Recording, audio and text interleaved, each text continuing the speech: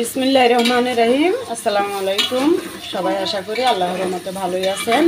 দেখুন আজকে আমি রান্না শুরু করছি আলু ভাজা। শুরুতে আলুটা আগে ভেজে নিই, তারপর কি দিয়ে রান্না করি আপনাদের সাথে শেয়ার করতেছি। আলুটা আমি একটু হলুদ আর লবণ দিয়ে ভাজার পরে তুলে নিছি। এবার আমি পেঁয়াজ কুচি দিয়ে দেব। এই যে বিসমিল্লাহির রহমানির রহিম।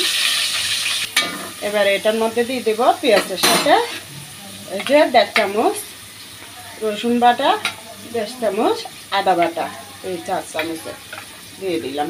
এগুলো একসাথে একটু ভেজে নিই।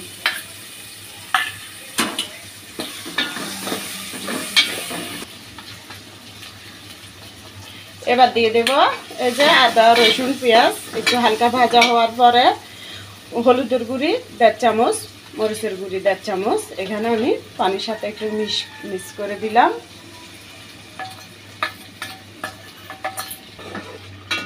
দেখুন এই মশলাগুলো কষানোর পরে এবার একটু জিরা আর তরকারির আন্দাজ অনুযায়ী একটু লবণ দিয়ে দেব। এটা জেলে জিরাটা টালার পর বেটে রাখছি। একটু সাথে কাঁচামরিচ বাটাও দিয়ে দেবো, পরে লাগলে আবার দেবো, কারণ মরিচগুলো গুঁড়ি মরিচগুলো ঝাল, যদি ঝাল হয়ে যায় খাওয়া যাবে না তেমন। এবার দিয়ে দেব মুরগির হাড়, কিছু মুরগির চামড়া, এটা যে দেশি মুরগির চামড়া ছিল ওইটা, আর এটা ফার্মের মুরগির হাড়গুলো দিয়ে দিলাম।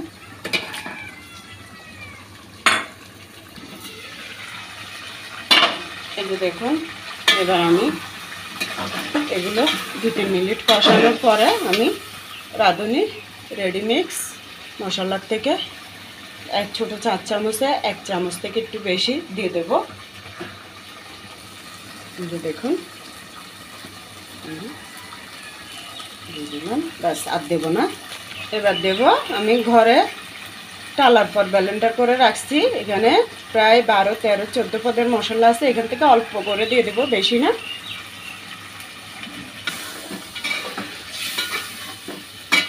এই যে এবার দিয়ে দেব আলু ভেজে রাখাগুলো। এটা হলুদ আর লবণ দিয়ে ভেজে রাখছিলাম। এবার এটা ভালো করে কষিয়ে নেব আবারও। এই যে এবার আমি ওই মশলা কষানোর সময় একটু পানি দিয়ে দিয়েছিলাম, পানি দেওয়ার পর এভাবে কষিয়ে নিলাম। এবার আমি আবারও গরম পানি দিয়ে দিচ্ছি।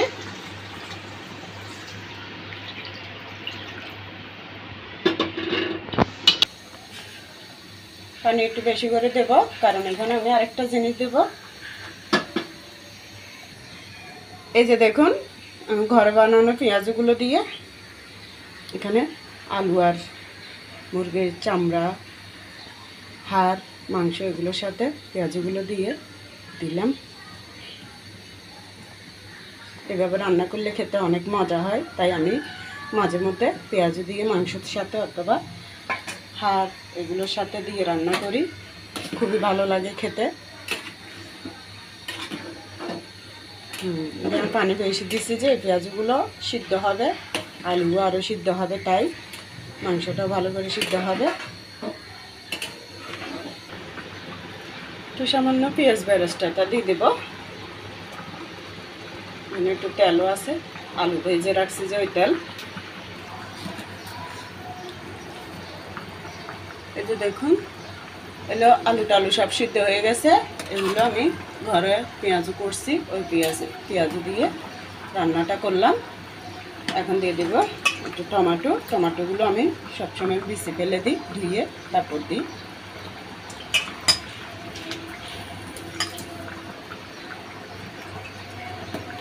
আর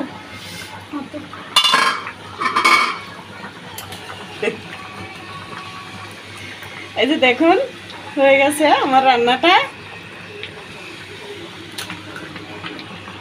আশা করি আপনাদের থেকেও ভালো লাগবে। ভালো লাগলে একবার হলো রান্না করে এভাবে খেয়ে দেখবেন, খুবই ভালো লাগে রান্নাগুলো, তাই আমি আপনাদের সাথে শেয়ার করি। তো ভালো লাগলে লাইক, শেয়ার, কমেন্ট করে সাবস্ক্রাইব করে পাশে থাকবেন। কমেন্ট করে কেমন হয়েছে জানাবেন। বাস সবাই ভালো থাকবেন। আল্লাহ হাফেজ। আসসালামু আলাইকুম। এই যে এটা একটু ঝুল রাখবো, কারণ এই ঝুলের মধ্যে থাকবে না ঝুলটা পেঁয়াজু। এটা নামানোর পরে কিন্তু ঠান্ডা হলে এগুলো টেনে যাবে ঝুলগুলো, আবার রাত্রে খাওয়ার আগে আবার গরম করলে আরও কমে যাবে। তাই এতটুকুর মধ্যে ঝুল রাখলাম। সবাইকে আবারও আল্লাহ হাফেজ।